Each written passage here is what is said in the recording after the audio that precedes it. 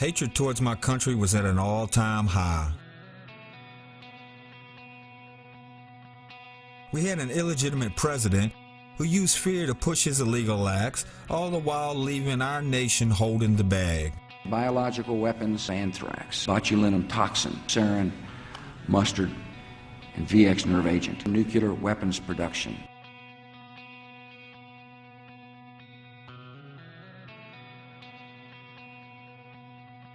He had shredded our Constitution while flipping his nose at the rest of the world. He had ran our economy in the ground while all of his friends got richer. This is an impressive crowd, the haves and the have-mores. Some people call you the elite. I call you my base. Yes, this man was merely a puppet for the international business cartels, but the world viewed him as the poster child for every American citizen and held us responsible for his actions. He joked and chuckled at all the torture and deaths of the innocents at his hands. Those weapons of mass destruction got to be somewhere. Most of us, as well as the rest of the world, were ready to see this man go. And then came Obama, the man who fooled the world.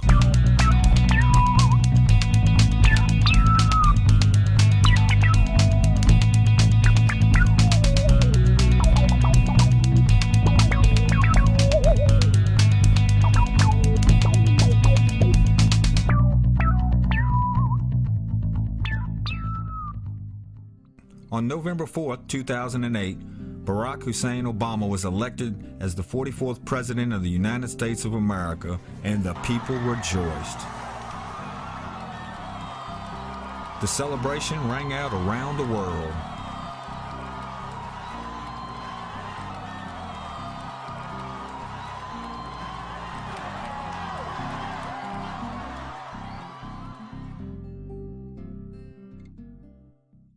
I, Barack Hussein Obama, do solemnly swear. I, Barack Hussein Obama, do solemnly swear. That I will execute the office of President to the United States faithfully. That I will execute the office of President of the United States. President of the United States faithfully. And will, to the best of my ability. And will, to the best of my ability. Preserve, protect, and defend the Constitution of the United States. Preserve, protect, and defend the Constitution of the United States. So help you God. So help me God. Congratulations, Mr. President. All the best wishes.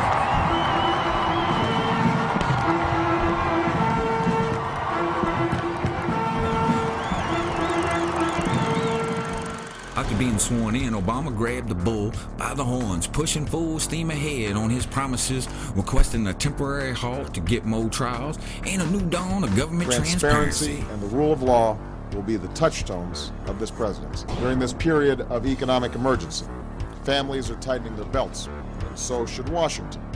He got to see his new office and in private read the letter that Bush Jr. had left him addressed 244 from 43. He had meetings aimed at getting our economy back on track, bringing our troops home.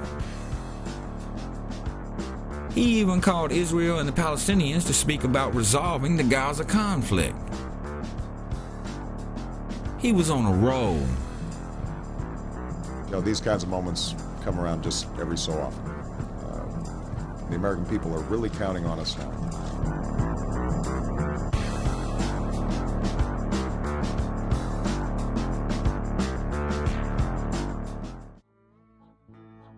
The next day, Obama elected to say his oath again because of the previous day's slip-up. White House counsel Greg Craig called it an abundance of caution. He then signed some executive orders, one being Executive Order 13490, Ethics Commitments by the Executive Branch Personnel. Lobbyist gift ban, revolving door bans on lobbyists entering and leaving positions in our government, closing the ancestral revolving door between the big business and government sounds like a really good idea to me. I mean, this guy's on it. The very next day, he signs the executive order to close Gitmo within 12 months. First executive order that we are signing by the authority vested in me as President of the President, by the Constitution and the laws of the United States of America, in order to effect the appropriate disposition of individuals currently detained by the Department of Defense at Guantanamo, and promptly to close the detention facility at Guantanamo consistent with the national security and foreign policy interests of the United States and the interests of justice, I hereby order. And we then provide the process whereby Guantanamo will be closed no later than 1 year from now. We will be, is there a separate executive order, Greg, with respect to how we're going to dispose of the detainees? Is that written? Set up a process. We will be setting up a process whereby this is going to be taking place. The individuals who are standing behind me represent flag officers who came to both Joe and myself and all the candidates and made a passionate plea that we restore the standards of due process and the core constitutional values that have made this country great, even in the midst of war, even in dealing with terrorism. They made an extraordinary impression on me. They are outstanding Americans who have fought and defended this country, and for them to fight on behalf of our constitutional ideals and values, I think, is exceptional. So I wanted to make sure that they were here to witness the signing of this executive order.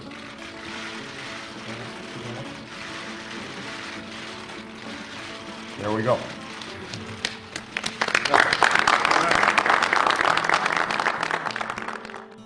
He went on to sign the American Recovery and Reinvestment Act of 2009, in which he said there would be no benchmarks. Launched his health care campaign. Chairs a UN Security Council meeting to show that he means business, going on to winning the Nobel Peace Prize. And everywhere he went, tens of thousands of people would come from miles and miles around just to catch a glimpse of change.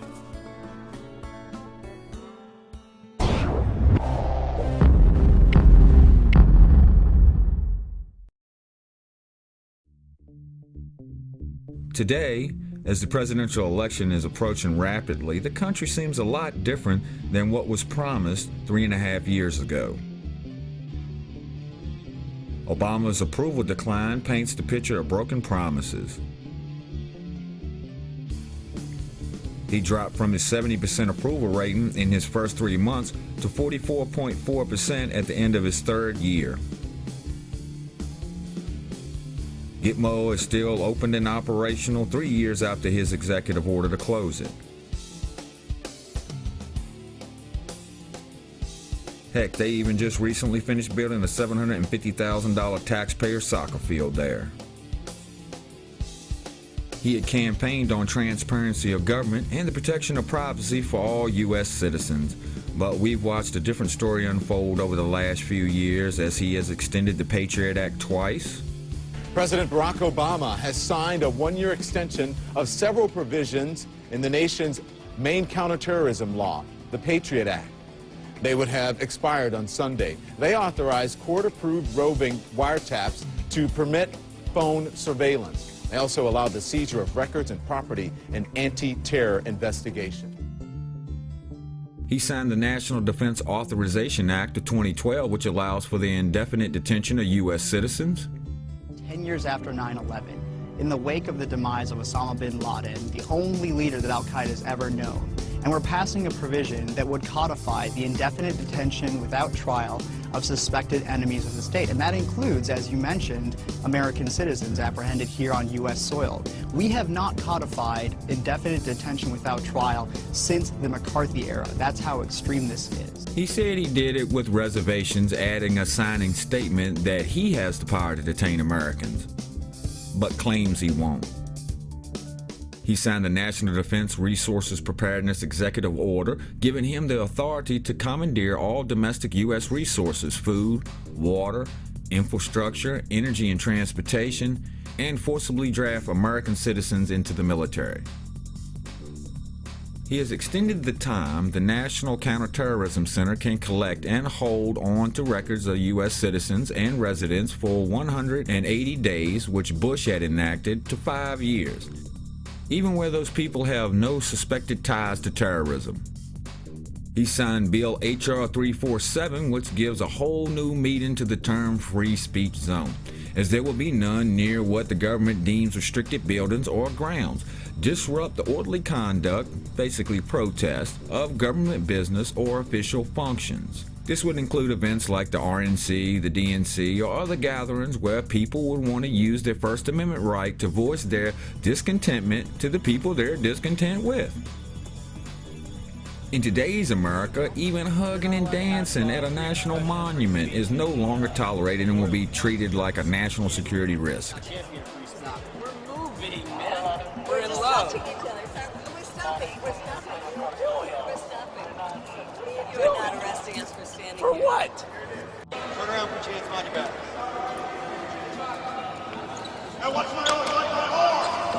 Watch my arm! Watch my arm! Watch my arm! This is your last warning. Sir, this is your last warning. We watch the TSA at airports and train stations abuse its powers, continuing to harass seniors, children, infants, and the disabled, knowing full well that they are not terrorists. Obama has done nothing about this.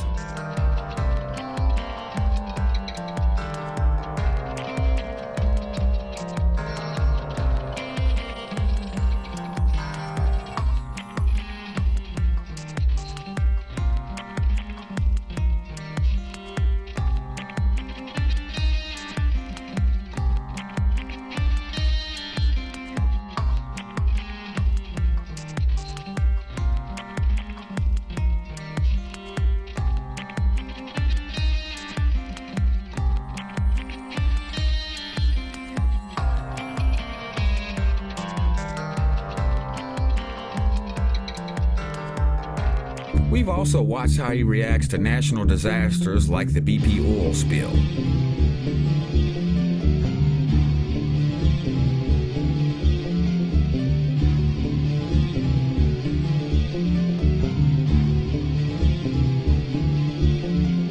The United States government has always been in charge of making sure that the response is appropriate. But make no mistake, BP is operating at our direction. Every key decision and action they take must be approved by us in advance. As we devise strategies to try and stop this leak, we're also relying on the brightest minds and most advanced technology in the world. We're relying on a team of scientists and engineers from our own national laboratories and from many other nations. A team led by our Energy Secretary and Nobel Prize-winning physicist, Stephen Chu.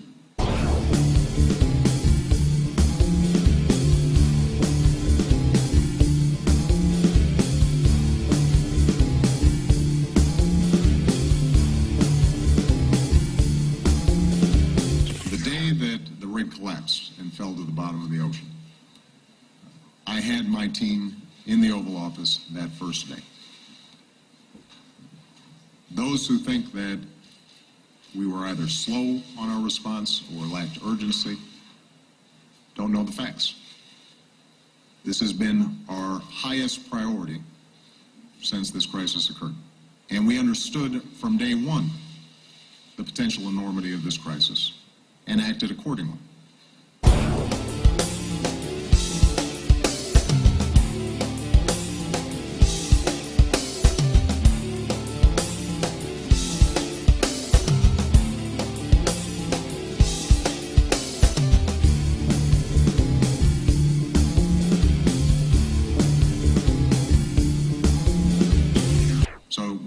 To the moment this crisis occurred, moving forward, this entire White House and this entire federal government has been singularly focused on how do we stop the leak and how do we prevent and mitigate the damage to our coastlines. Any major decision that they make has to be done under the approval of Thad Allen, the National Incident Coordinator. So this notion that somehow the federal government is sitting on the sidelines and for the last 3 or 4 or 5 weeks, 3 or 4 or 5 weeks, 3 or 4 or 5 weeks, don't know the facts.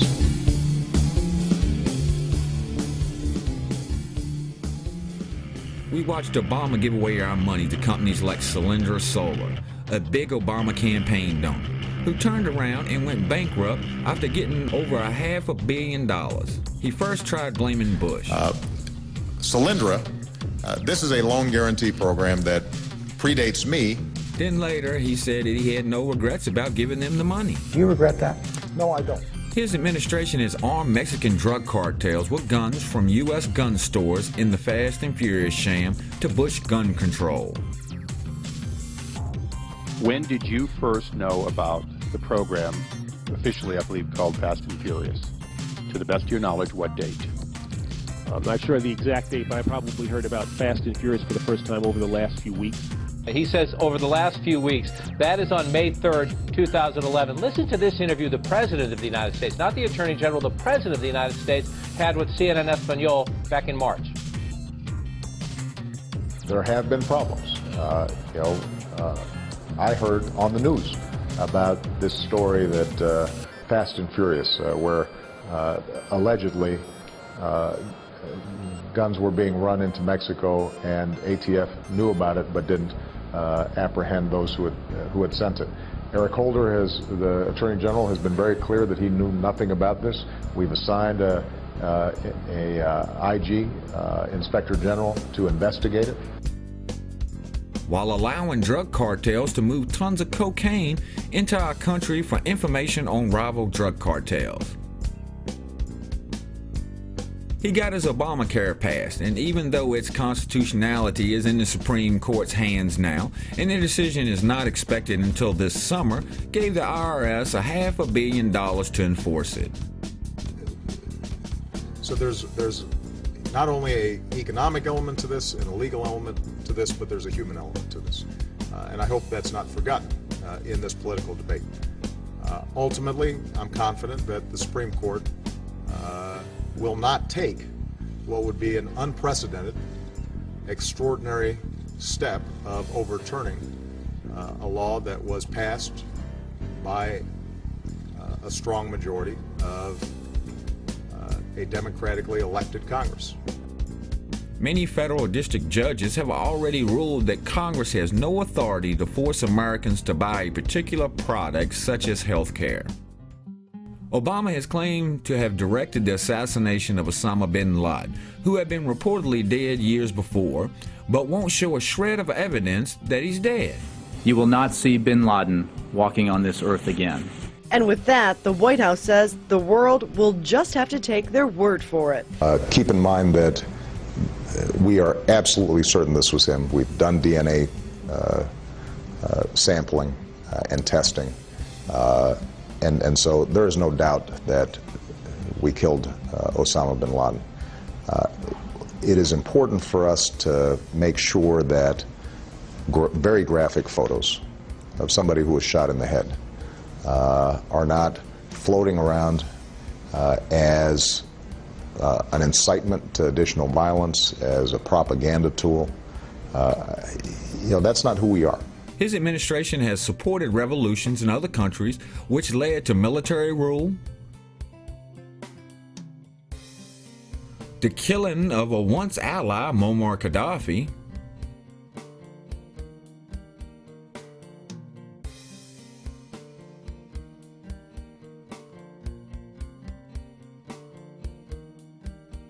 while aiding al-Qaeda in Libya, and aiding them again in Syria. This is exactly what they did in Libya. Don't forget that Libya is now, liberated Libya is now a country run by militias. 250 at least in Misrata, and I would say at least 40 or 50 in Tripoli itself.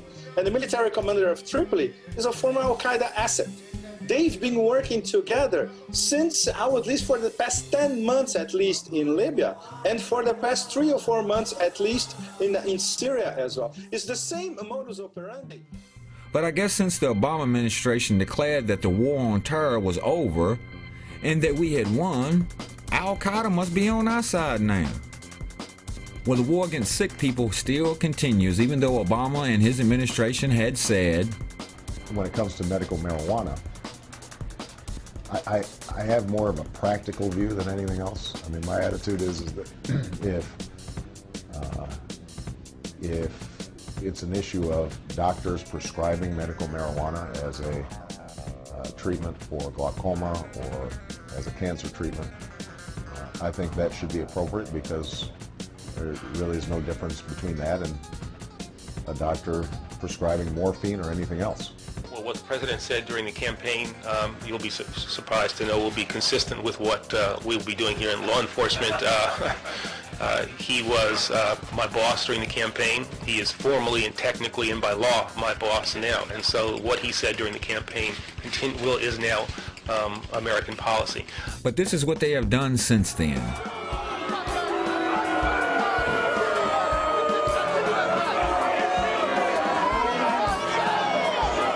And remember those lobbyists he supposedly banned from his administration? Well, he hired them anyway in at least a dozen high-profile positions, including several in his cabinet.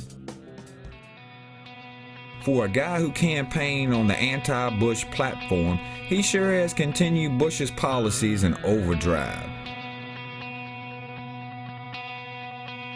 And the thing that gets me the most is how people still defend this guy. These have to be people who have never read the first bill this guy has signed, or the first executive order this guy has signed other than the candy-coated titles. Or is it really that hard to see that this guy is as bad, if not worse, than the last guy? That the face men and women are nothing but puppets fooling the world into thinking that they're looking out for our best interests. They're not. And if you yourself read past the colorful titles, you will see this. It's a fact. P.S. I wasn't fooled at all.